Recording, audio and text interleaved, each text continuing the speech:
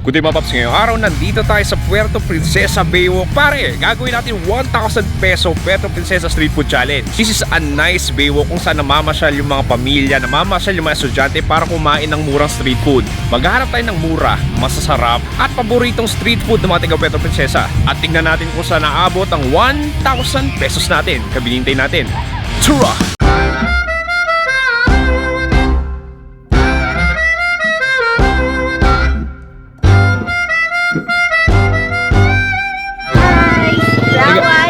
Palawan ka? Opo. Pops, unang food trip dito sa Puerto Princesa Baywalk. May iba't ibang tusok-tusok dito. Ang dami estudyante kumakain ngayon. Anyway, ito yung unang pagkain natin. Gusto tikman. Ito yung fishball nila, bilog. Wow. Grabe. Ang anghang. Para akong isa sa dragon ng Dragon Ball yung San Goku ngayon na bumubuga ng apoy. In terms of fishball, parang kumakain ng bread. Medyo may hangin siya sa loob na medyo doughy. Pero yung highlight doon is yung chili sauce, purong sili. Next, try natin tong fried isaw.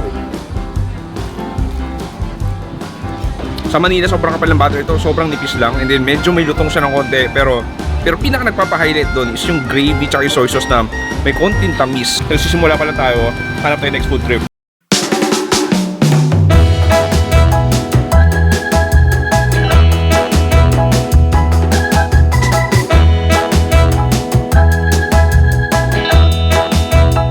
Next pare, meron dito isang maliit na humble burger joint at meron silang iba't ibang buy one take one na ham sandwich, burger, pero meron din silang footlong.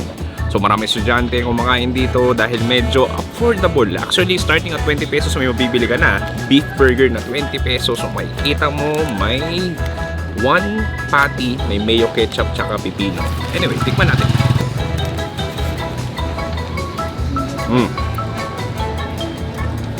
Just reminds me of childhood na ito yung burger na kaya kong gawin nung bata ako. Pinaka nagpapalasa is yung mayonnaise at ketchup, and then yung pipino nandun.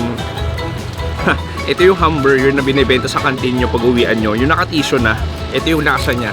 Next natin, meron tayo ditong footlong. Pare, ang haba nito, pwede mo siya pang espada sa Star Wars. Anyway, ganun din. Basically, may footlong hotdog lang siya, pero mayonnaise ketchup yung sauce. Tapos, bun na grenil. Gulit sa texture ng hotdog. Medyo parang mushy siya ng konti. Parang natutunaw siya sa bibig mo. But the flavor itself, ito yung parang frozen hotdog sa supermarket. Pero Pops, wala akong marereklamo dahil mura. Tapos malaki. Sa inyo ma'am, shake ma'am, pili lang po. With pearl and graham. Ano sa inyo po? Okay pare, next tirik ang araw dito at masarap magmalamig na shake. Meron ditong iba't ibang flavor. Actually Pops, medyo mura lang siya, starting at 20 pesos. May iba't ibang flavor, may mango, chocolate, buko. Pero in order ko yung avocado, may kasama na yung pearls. Tikman natin. Lasang-lasa yung kondensada doon, ang daming kondensada, manamis, and then avocado flavor nandun is very refreshing, lalo na medyo mainit ngayon, para kang uminom ng ice cream.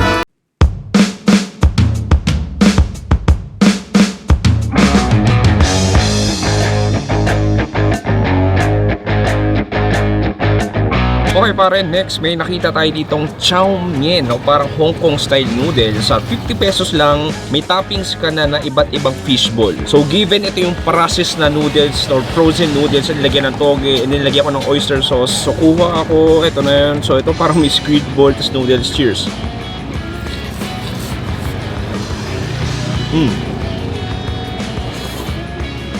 Ang sarap niya. Kung estudyante ako, panigurado, nag-iipon ako para makakain nito sa merienda. Noodles natin may konting lutong, may konting chewiness, and then yung fishball nandun, and you have the sweet peanutty oyster sauce na nagpapalasa sa mismo noodles natin. Masarap din yung pinaka chili garlic nila.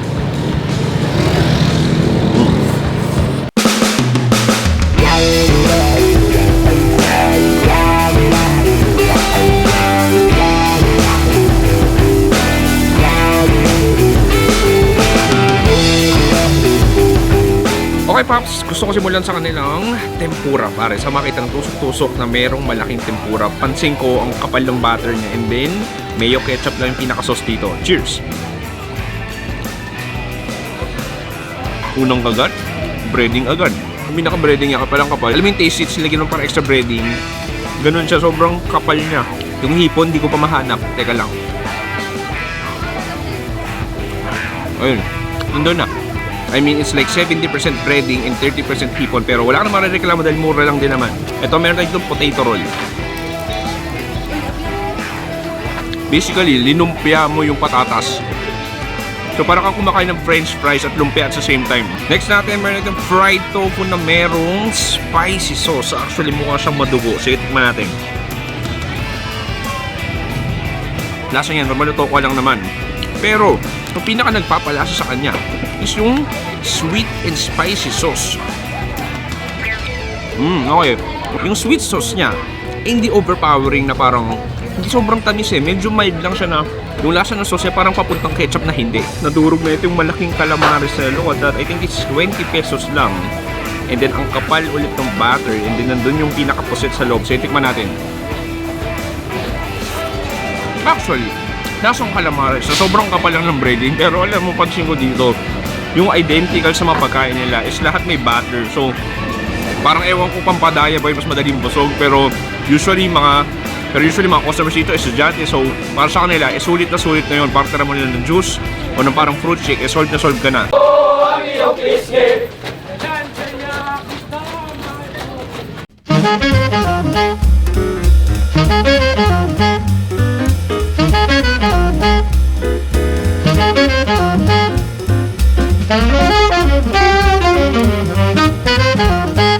Okay pare, next meron ito isang malaking corn cob na merong sour cream powder. Look at this pare, actually halos mababali na yung stick. Sobrang bigat. Anyway, tikman natin. Sige, gusto ko doon sa may flavoring. Ang tamis ng mais, may juices pang lumalabas. And I think this is the first time na kumain ako ng corn na may sour cream powder. Nice, ang sarap. And then there's a generous amount of margarine dun sa pinaka-core natin. This is an amazing street food habang binuview mo yung magandang dagat ng Puerto Princesa.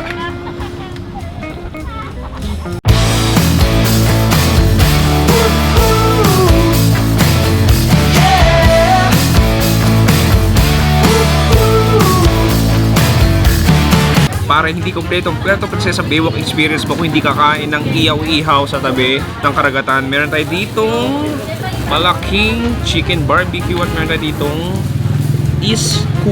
squid. Anyway, gusto kong tikman ng kanilang squid.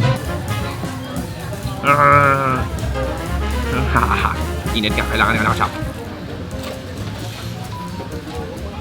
Sobrang chewy niya and medyo rubbery. Pero the flavor itself masarap. Sweet, smoky, well-charred na. Actually, beer na lang yung kulang. Next, ito yung ating chicken barbecue. Kuha ko dito ng isa, mainit. Manamis-namis siya na punong-puno ng ketchup sa labas. And then yung manok, in fairness, malambot, juicy. Succulent. Nice. Hindi ko alam kung nakakain ng street food na tayo, pero tingnan natin kung magkano yung naabot nun sa 1,000 peso budget natin.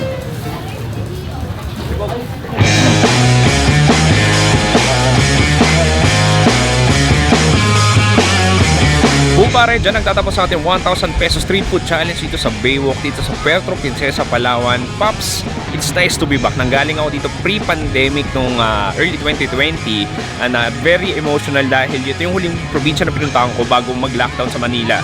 So it's nice to see na wala ng face mask yung mga tao, mga namamasyal na, maraming pagkain, maraming nagbabanding. Pero ang tanong, magkano inabot natin?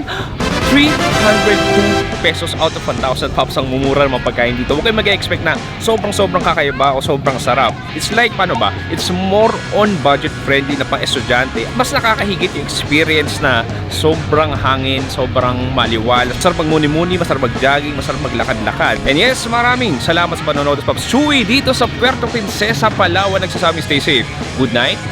Goodbye. Bye. Bye.